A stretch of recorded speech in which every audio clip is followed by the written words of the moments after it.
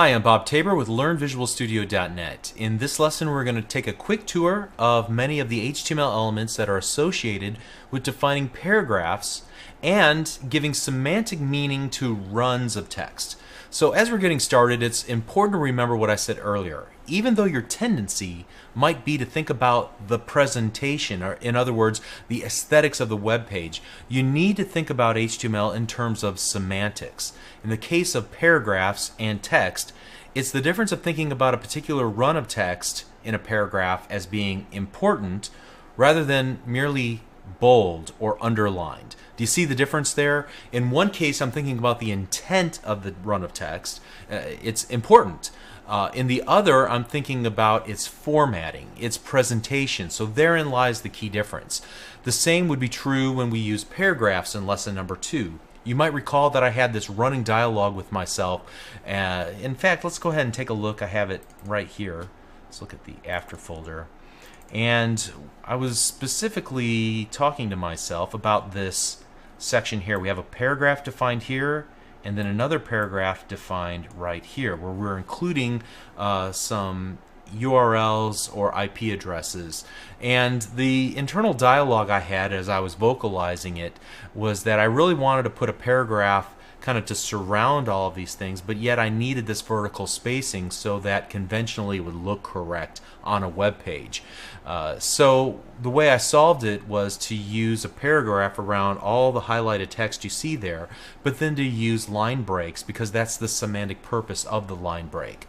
So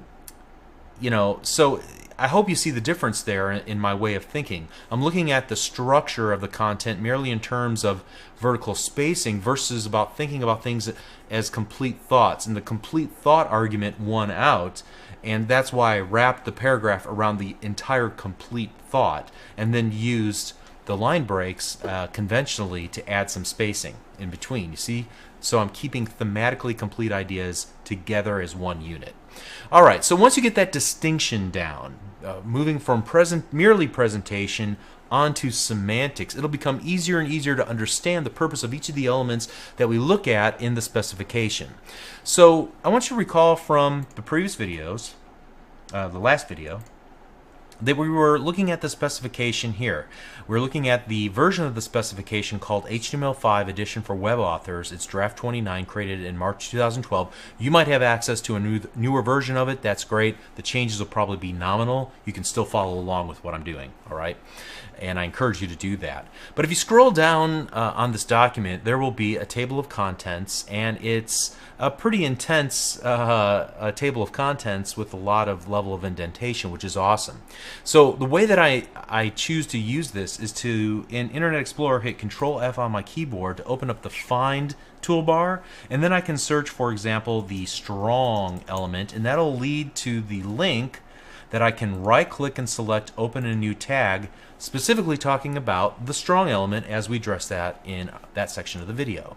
So now I can learn about its definition and see some examples of strong in use. And we'll come back to strong in just a little bit. This was just a quick example. That's how I'm going to use it. I'm going to right-click on each of these individual items in order to learn more about them. And we'll use that as a style of walking through each of the tags that we're going to cover in the next 4, 5, 6 lessons. Okay? So as we get started, please note that I'm merely going to show you what I consider to be the most important elements with respect to paragraphs and giving semantic meaning to runs of text. We've already seen some of these in action from lesson number 2. Some of them are going to be completely new, but in all cases I'm going to show you basically just a subset of all of the possible elements that you could add when defining paragraphs and text within your HTML5 documents. The key takeaway here is that I'm constantly pointing you towards the specification so that we can use the correct element given its intended semantic purpose inside of our document. All right, that's always the key for us. Okay, so let's start with the basics. Remember, you want to use Control F in the find bar, and what we're going to do is look for the word paragraphs. That should lead you to 3.2.5.3 entitled paragraphs. We're going to open that in a new tab, and we just want to understand what is meant when we use the term paragraph. And the definition here is great. That's why I wanted to start here. A paragraph is typically a run of phrase and content that forms a block of text with one or more sentences that discuss a particular topic, as in typography, but can also be used for more general thematic grouping. For instance, an address is also a paragraph, as is a part of a form, a byline, or a stanza in a poem. And we'll see good examples of each of these in just a moment. In fact, let's do this. Let's get rid of that and go back to our table of contents, Control F, the P element, where we'll see some good examples of the paragraph tag in use. All right, so here are some good examples. We can see a traditional paragraph, a couple of sentences kept together like we would read in a book or a magazine article. All right, but then we can also see the use of a paragraph in the creation of a form which we would use to collect information from a user. One paragraph for the name, one paragraph for the address. All right, so we're keeping these collected but thematically separate from each other. Even though they're two fields in the same form, they're still separate fields. All right, the same is true of a poem. Here we have a stanza of a given poem defined by an opening and closing P paragraph tag, and then for each of the individual lines of the poem, we're merely using the line break tag, which we'll get to in just a little bit. So let's hold on to that thought. And then we have some uses and abuses, some examples, and that's very helpful. But structurally, the paragraph tag represents a complete thought, a grouping of sentences or ideas together, but the specification also uses a typography term, a run of phrasing content. It also uses the word thematic, indicating that it can be used beyond a simple textual paragraph, as we saw some examples of just a moment. And we'll see another one of an address here in a little bit.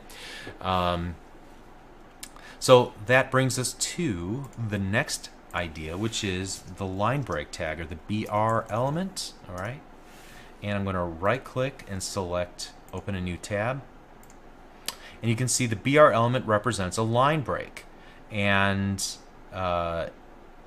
let's see, if we need a break in the thought of a given paragraph, and yet the break is merely conventional in nature, then we can use the line break. And a great example of this is a address. We already saw that a paragraph can be used to define an address, but here we see an address created, and by convention we use these BR elements, the line breaks, because that's how we normally visually see an address. Even though it's still one complete thematic thought, we still use these tags to split it up into their own vertical lines, because conventionally that's how we use it. And then below that, it gives us some correct uses and abuses of the BR element. So just to recap, addresses in poetry represent good uses, while using it to separate thematically new thoughts is wrong, because this is the domain of the paragraph element. Now, I just finished saying, don't worry about presentation. However, it's hard to ignore the default formatting of the paragraph tag. We saw it just a moment ago when we were looking at the work that we did in lesson number 2. The default style sheet will give essentially one carriage return for a line break item, and 2 carriage returns for a paragraph tag.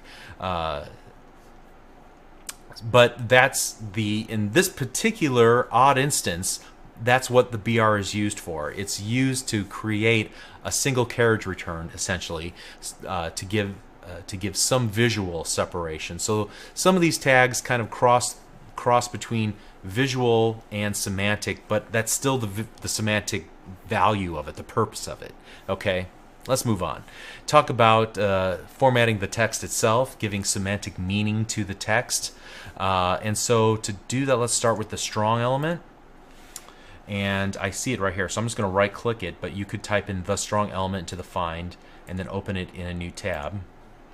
And you can see the strong element represents strong importance for its content, like a warning message, for example. Now, that's in contrast to, if we take a look, let's look at the B element and open that up in its own tab.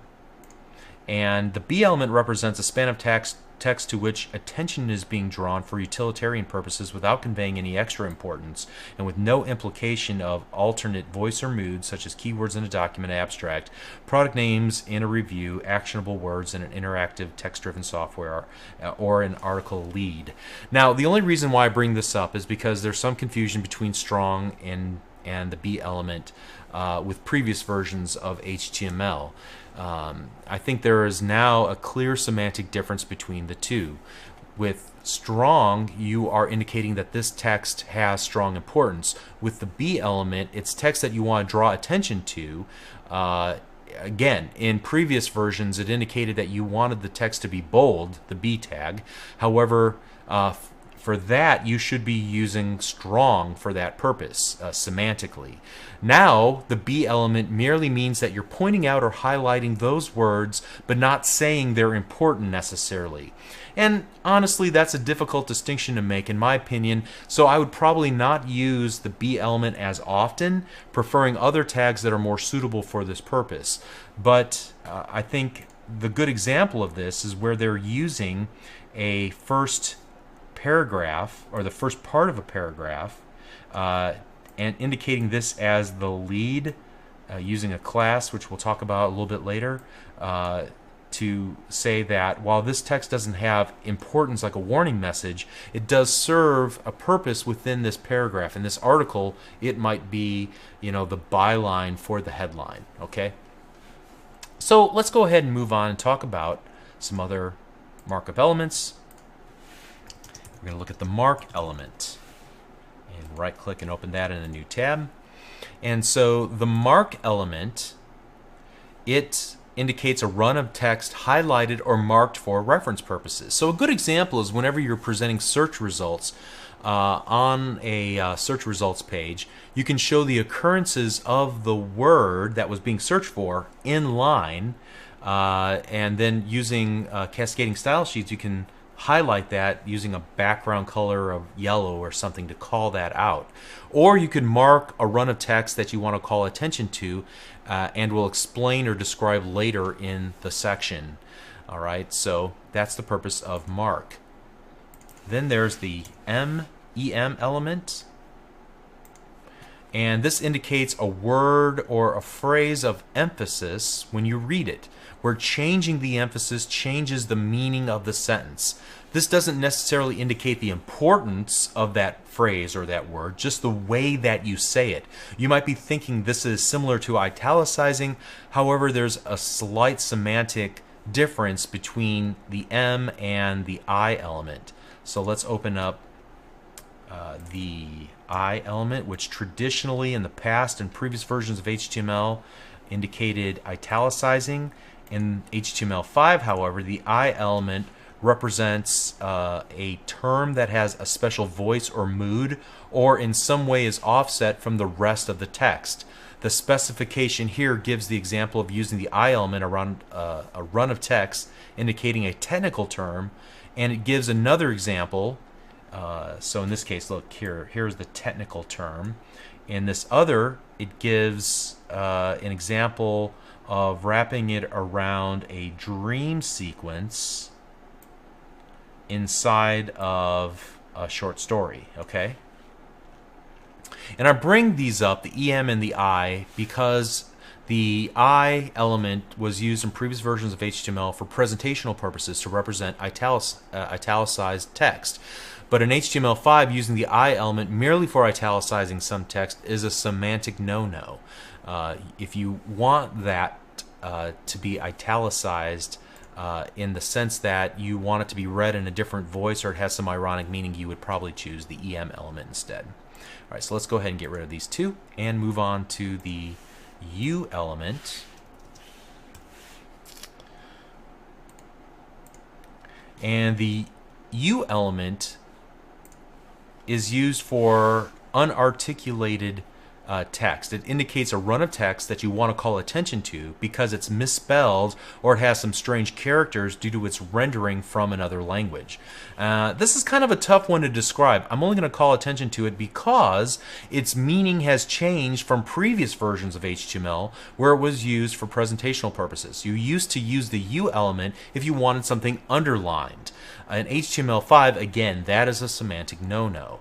You would use purely cascading style sheets for that purpose. Now you use the U element for unarticulated text that you can see for marking stress emphasis. The EM element should be used for marking keywords. The B element or the mark element should be used depending on the context. You can use the cite element, but don't use the U element for any of those. Instead, you can use it for text being a proper name in Chinese text, so a Chinese proper name mark, or labeling the text as being misspelled. All right, so that's its true purpose.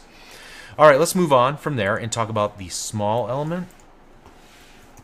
And a lot of what I'm doing, you'll notice here, is I'm trying to correct maybe changes in previous versions of HTML and what that given element means today in HTML5.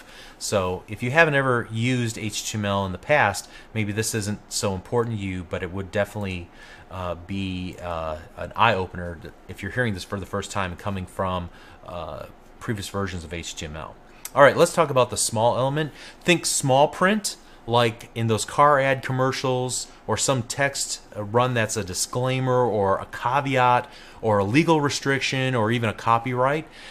Just to be clear, just because it uses the word small doesn't mean that it has to be presented using a small font. Again, think of the meaning of the term, not the presentation. That presentation is the job of cascading style sheets. All right? So we're going to compare that to, let's move on to the S element, which used to mean strike through, but it has a new representation today. It's a run of text that's no longer accurate, but it's left in the document for reference purposes. Now, let me see. Yeah, here's a good example at the bottom of this page. You'll see that here's an ad, buy our iced tea and lemonade. And then we have an S tag that wraps around this text. Recommended retail price is $3.99 per bottle. That is no longer valid, but it's left in for reference purposes. Now we're selling it for just $2.99 a bottle. All right. And in the past, you would use this to put a line, horizontal line through the text, but that's not necessarily what it's used for. Again, that's thinking presentationally. We want to think semantically that this is information that's no longer valid, but we're leaving in for reference purposes. Okay.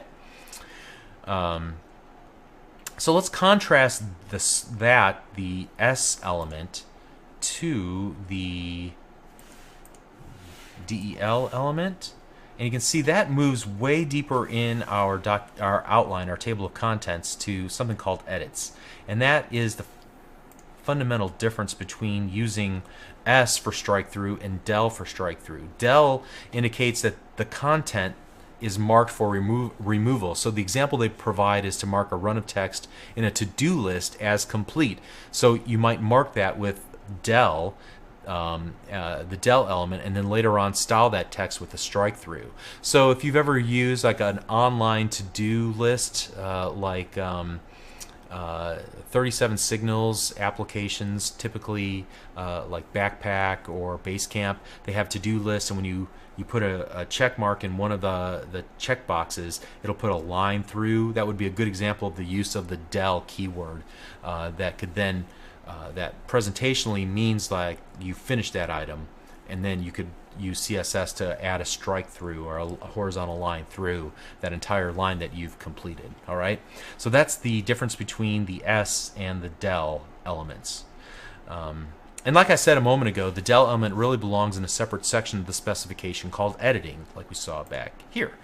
It's used for web applications and content management systems. However, I added here because of its similarity to the S element, like I said a moment ago. All right, moving on, let's talk about the cite element, C-I-T-E. And so if you're working on technical papers or a research paper, you might want to use the cite element. Let's open that up in a new tab. And so the cite element represents the title of a work, a book, a paper, an essay, a poem, a score, and so on. this can be a work that's being quoted or referenced in detail. So you use this to identify the title of a work that's being quoted, perhaps in a nearby block quote section. And you can see some examples of this, I believe, here. Well, they don't have a block quote here. But you can see how we're citing specific books, comics, tracks from albums, and so on. Here we are citing a Wikipedia article, all right? So it needs to be used in conjunction with perhaps a block quote. So let's look at that. Let's close that up. And we're going to see a more complete example here. And so the block quote is a grouping element used for quotations from another source. Let's scroll down to find the one that has a good cite in it. There we go. So you would then often cite the source inside of the block quote using the cite element that we just looked at a moment ago. The cite can also be used outside of the block quote to call the user's attention to the block quote from, say, a paragraph. Let's see. Yeah, here we go. Take a look at this example. Here we're citing Sonnet 130 and then using the block quote element with a cite property or attribute set to where we pulled this from originally, a web page on some fictitious example, all right, where we have then the actual sonnet being quoted in the block quote, all right? And so again, here's another example of a block quote. Then in the caption of that block quote, we're citing the specific articles and citing the magazine or the professional publication where it was originally published. All right, so just keep in mind that block quote and cite sometimes work together and are used whenever you need to reference in a more professional context other websites, documents, books, music, whatever the case might be from around the world. Okay. All right, and then let's move on to the code element. And that kind of takes us in a whole other direction. And you can see the code element represents a fragment of computer code. And so a good example of this as we scroll down is this section here where we are defining a run of text as code, specifically code, and we're going to use the class element to say that this is Pascal programming language. Now this is optional and there is nothing here that would prevent us from putting any language, even something that's not really a programming language. This is probably more for presentational purposes to format this different than, say, C# or C++ or Visual Basic Code. Okay, but at any rate, we're using this this element, code element, again around a run of text to indicate its semantic meaning, that this is code and it should be interpreted as such for presentation purposes. There's also this pre-tag, which we're going to ignore mostly for now. It's used to essentially maintain the indentation levels, for example, the amount of individual spaces, the fact that this is returned, because otherwise HTML would not pay any attention to white space, carriage returns, and things of that nature. But we're not going to look into that any further in this lesson, at least. Okay? Okay, so let's now take a break and move on from there. And I want to talk about the anchor tag. It's a big deal in web development, and so it's important that you know how it works because it has quite a few options. You use the anchor tag to create hyperlinks within your document, and we've used hyperlinks all along, even in this lesson where we see these are all hyperlinks. As I hover my mouse cursor over, notice that the URLs are changing near the bottom left-hand corner of my web browser. All right, and you know how hyperlinks work. You've used them probably to get to this very video or web page where you're watching this video. There's a whole section of the specification that are devoted to defining anchors or hyperlinks in your document. And I'm going to distill it down to just the basics so that we can move through this material pretty quickly. The good news is that this is a great opportunity for you to get your hands dirty in writing some code. So what you should do at this point is download the code that's associated with this video. Inside of that zip file, there will be a folder called Lesson 05, and inside of Lesson 05 there's a before, a work folder, and an after folder. What I want to do is copy everything inside of the before folder, and I'm going to paste it in the work folder, and here's where I'm going to do all my work.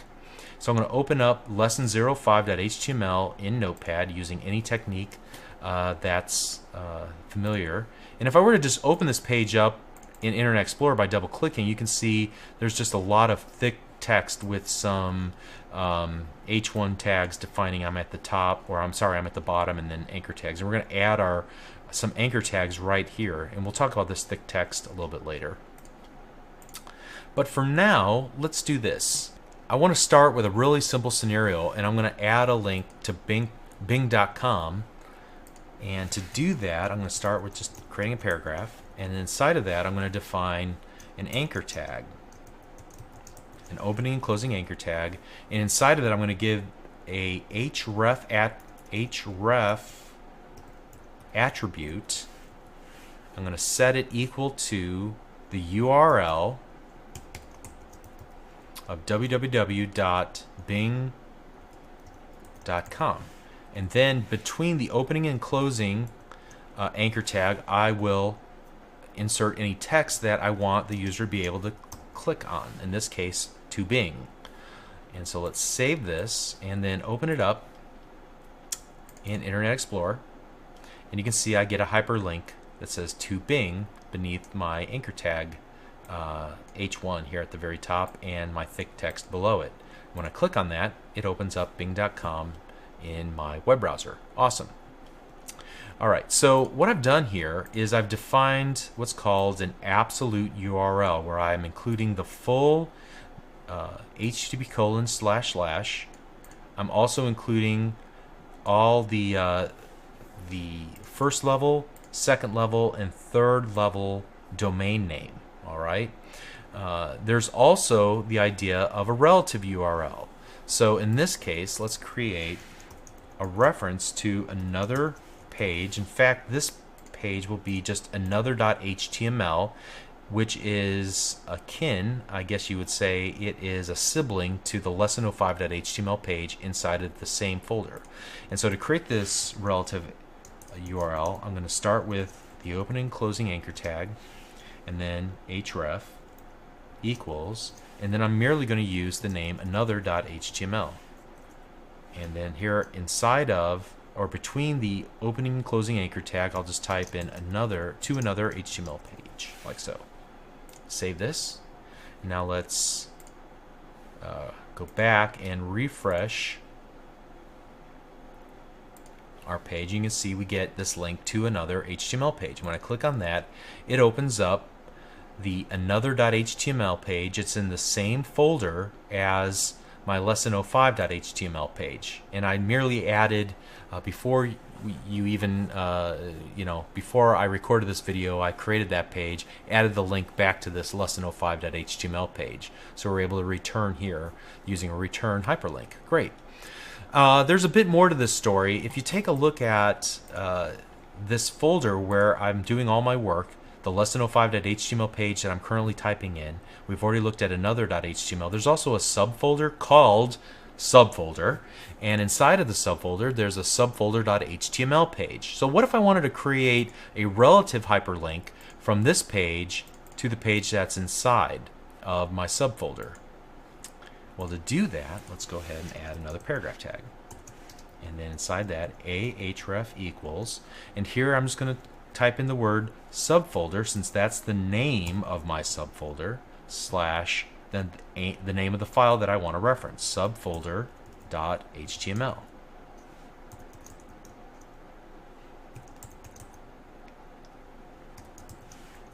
And here I'm going to type to the subfolder HTML page.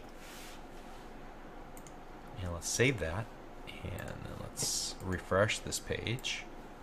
And then now let's click on our new hyperlink. And it takes us to, you'll notice, lesson 05/work/subfolder/subfolder.html. Awesome.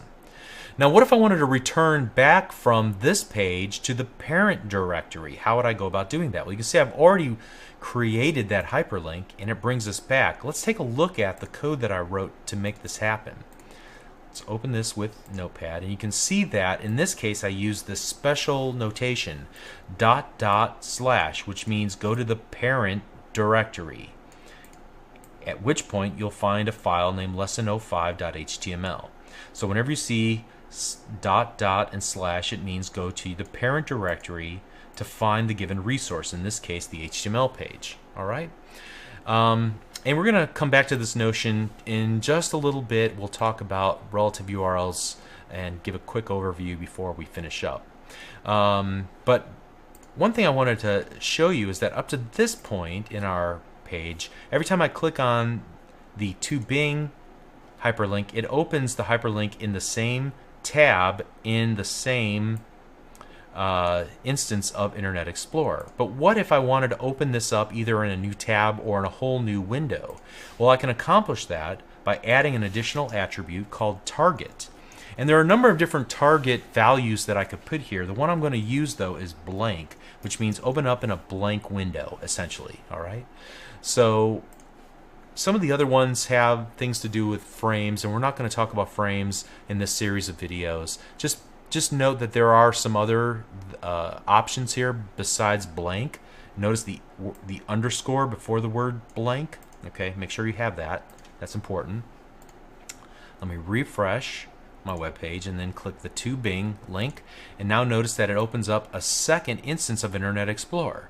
Now that's just how I have my copy of Internet Explorer configured. You can configure it to open new URLs in new tabs in your first instance of Internet Explorer if you wish, and you would just go through, I'm not sure exactly where to do that. I think it's somewhere in Internet Options. You can configure that. I guess it's right here under tabs probably. Alright, but I'm not going to take the time to look through that. Alright, but that's how you would open up, and the benefit of that is that it keeps your user on your page while opening up your references to other web pages that you might have, if that's something that you want to enable. Alright, finally what we want to do is talk about named anchors, and that's really the purpose of having all of this text. I needed a lot of thick text so that I can create essentially a bookmark, or I can push you deeper down into the web page using a named anchor. So let's go ahead and create a paragraph. Inside the paragraph, create an anchor tag, and inside the anchor tag I'm going to set the href equal to, and I'm going to use a pound symbol and then the word bottom, which will be the name of the anchor I'm creating, and I'm going to use this text to click on to bottom. Now what I want to do is scroll to the very bottom of this document, and where it says I'm at the bottom, I'm going to put another anchor. This time I'm not going to use an href attribute. Instead I'm going to use the name attribute, and I'm going to make sure it matches what I formerly used prior to that in the href, the pound bottom. Now I'm just going to use the word bottom with no pound symbol. So name equals bottom. I'm going to save this, and then let's open up Internet Explorer. Let's refresh this page. I have my to bottom link, and when I click it, notice it pushes me all the way deep down to the very bottom of the web page. So you see a lot of times when you have a long article, there might be a go to the top of the web page hyperlink in the right hand corner, in which case it'll take you all the way to the top. You can enable that type of navigation. We've been using this sort of navigation all along inside of the table of contents. So for example, here I want to get to character encodings. Notice the URL in the very bottom left hand corner. There's an infrastructure.html pound character encodings, so that when I open this in a new tab, it'll bring us not only to the infrastructure.html page, but then it'll push us deep down into that web page to the named anchor character encodings to this, so that we can get specifically to this part of the page. Alright, one other thing before we conclude here. Let me get back and open up our lesson05.html page that we've been working on.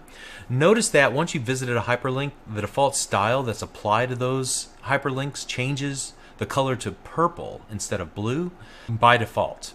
You'll have control over this in cascading style sheets. However, if you want to reset this in Internet Explorer, you'd merely go to the Tools, Internet Options. You would go to Browsing History and click the Delete button and make sure that you are deleting the history, and then click Delete, and you'll get a little message. Internet Explorer has finished deleting the browsing history. Let's go ahead and click OK, and then close down the browser so that the next time I open it up, you can see it's reset which links I've already clicked through and which ones I haven't. Again, we can control the colors of the different states of a hyperlink using cascading style sheets, and we'll talk about that a little bit later in this series. All right. Okay, so when we refer to external resources in an anchor element or an image element, we need to be aware of path syntax. And we've already looked at this a little bit whenever we were looking at the subfolder a little bit ago. We've already talked about the differences between absolute and relative URLs. So this really is more about referencing relative URLs, because absolute URLs, we would just put the full domain name and all the folders until we get to the actual resource, whether that's a GIF file, an HTML page, or whatever the case might be. So if we wanted to reference something else in our href, for example, of our anchor tag, we would use, and that resource was in the same directory as our web page, we can merely reference it like so, a.gif. If that file was in a parent directory, we could use the .. notation that we talked about just a few moments ago. If the given resource is in a subdirectory called images, then we would use images/a.gif. And we saw this whenever we were referencing the subfolder, where we use subfolder/subfolder.html. Okay. But what if the images folder was, I guess, at the same level, a sibling to the current folder that we're in? So then first we need to travel to the parent directory, then travel to its subdirectory called images to find the a.gif. So that's what's represented in that ../images/a.gif. And then finally, what if the images folder was deeply nested, and so we have to go to the parent of the parent folder and then find the images subfolder where our images are stored. In that case, we could do ../images/a.gif. Okay? All right, so admittedly, this can get quite convoluted. So why not just use an absolute URL reference every single time instead of a relative URL and have to contend with all these navigating back and forth through the directory structure like we've been doing? Well, if the website should ever move, you'd simply need to keep the relative directory structure the same at the new server or location relative to the directory structure, and the same references are still valid in that case. You might think you might never need that, but if you're developing a website locally and then you move it to a server at some point, you'll quickly see the value of using relative paths over fixed or absolute paths. All right. Also, when it comes to the URL itself, some characters have special meaning or must be encoded in some way so that they're properly routed to the correct resource on the web server. This process is called URL encoding. The best and the most frequent example that you're going to see is whenever somebody has a space in a file name used in a URL. You have to convert that space character to one of two things, either a plus symbol or the %20 ASCII code. The percentage is an escape sequence to indicate that it's an ASCII value, and then the two digits that follow are hexadecimal values that indicate what kind of ASCII character. In this case, we're representing a space character with the 20.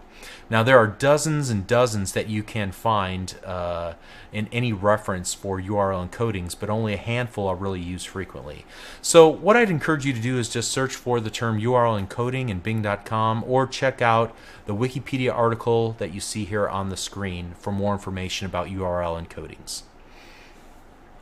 Also, you've already seen the pound symbol used in a URL to indicate an anchor, a named anchor, deep into the body of a web page. Throughout this series, I've pointed you to specific sections on various pages in the HTML specification using the pound symbol.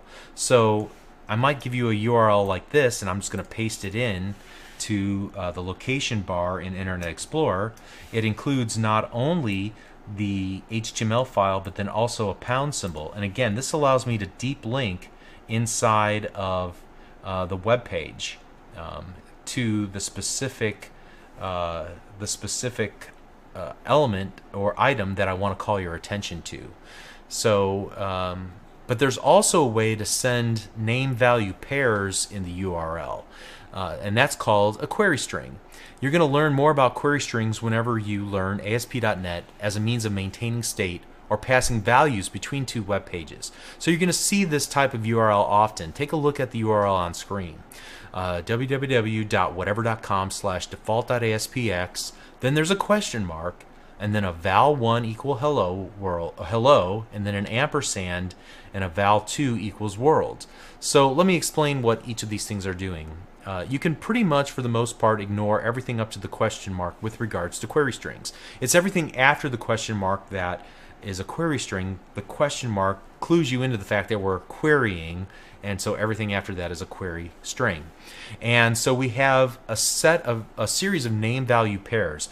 The name of an attribute or property is, in this case, val1, and we set it equal to some value, hello.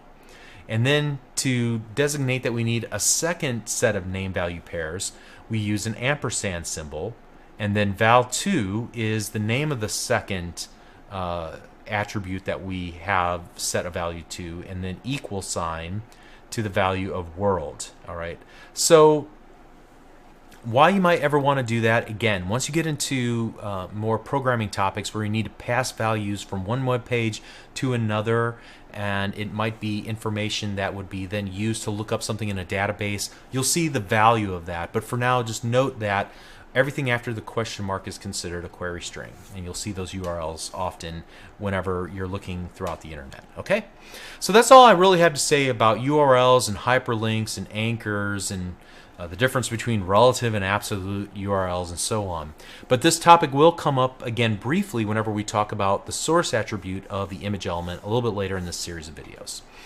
All right, so the final element that I want to talk about is the span. So let me get back to our table of contents here, and then I'm going to hit Control F on my keyboard and type in the span element, and right click and select Open in New Tab. So it's intended to be used generically, specifying a run of text that really doesn't fit into any of the other elements that we've already mentioned. Now, the truth be told, in previous versions of HTML, you used the span element as a hook into CSS for some inline text that you wanted to format in some special way. Say, for example, you wanted some text to be red. You might wrap it with a span tag and then give it a special class or ID name in order to pluck it out and identify that little chunk of text to have a red font. That's still allowed, but you're strongly encouraged to use one of the other elements first so that the document is marked up semantically, right? So again, if you just use span elements all over the place, you use the rich semantic markup of your document that was intended with HTML5. And so you can see some uses of the span tag throughout this document, and it uses kind of a code example, and it's identifying some items as keywords for the C programming language, some items as I guess identifiers like J, and identifiers like I_T3 and so on. Okay, so that would be the use of the span in this case, where there's no other semantic markup element that would allow you to identify given elements of this code example, some as variables, some as keywords, and so on. And you could mark it up and use text coloring appropriately in that case. All right, now using the class attribute, like they use here in the as they demonstrate here in the specification, it does provide you some level of meaning to your span tags. However, since you're the one making up the values in the class attribute, other applications wouldn't be able to interpret that class attribute's value the way that they would be able to interpret HTML5 markup that's defined in the specification. The class attribute is useful for cascading style sheets, but not a screen reader, for example. The screen reader doesn't know what you mean by ident or keyword and so forth. Okay? But if you see other people's code, especially code that's written to target versions prior to HTML5, you'll see this used quite a bit, and as well as its sectioning equivalent, the div tag, and we'll have more to say about the div tag in the next lesson. Okay, finally, before we wrap up this lesson, I want to talk about the attributes that can be added to each HTML5 element. And there are a few global attributes that apply to many elements. Here in this case, I have a span tag on screen, you can see, and there is, first of all, a class attribute equal to storyline, and then an ID equal to first story header. In this case, I have two attributes, a class attribute and an ID attribute. Now, I've used a span tag, but I could have used any element here. What I'm about to show you are global attributes. They can be used on any attribute defined in HTML5. I've added a class and an ID. An ID is typically used as a unique identifier that I can add to each element if I so desire. The ID attribute is typically used for client-side scripting, for example, whenever I use JavaScript, so that I can access one item programmatically. It can also be used with cascading style sheets by referencing just the ID. So the ID attribute is completely optional, but if you do choose to use it, each ID must be unique on a given page. Similar to the ID is the name attribute, which is typically used on the server side to process form data. I'm going to discuss this a little bit in more detail when we get to the lesson on creating forms. It's similar in purpose, but typically it's utilized by our server-side code logic to retrieve a user-submitted value. Let's just table that discussion for right now. Let's talk about global attributes, and to do that, let's be in our table of contents, let's type in global attributes, because if you look at this particular web page inside the specification, it'll give you a list of global attributes that can be applied to virtually any HTML element, as well as others that have some specific uses and intent for handling events. But let's just focus on these at the very top here. The class attribute, as you can see, it's one of the global attributes that are available, is a classification of a given element. You can invent as many class values as you wish, and they're typically used by cascading style sheets as a hook for styling the elements on your web pages. Other software could utilize the class attribute for other purposes. But it's a good idea to keep class names semantically correct as well. So you might be tempted to create a class called red text, and then create cascading style sheet styles that set the appearance of the font to be red. However, a better idea might be to call it something like important message, then style it with a red font if you wish. We'll talk about CSS later, and we'll make sure to re-emphasize this idea. And there are other attributes like style and title that are global in nature, and then there's dozens of attributes that are specific to different types of HTML5 elements, and we'll cover these as needed in the rest of our lessons.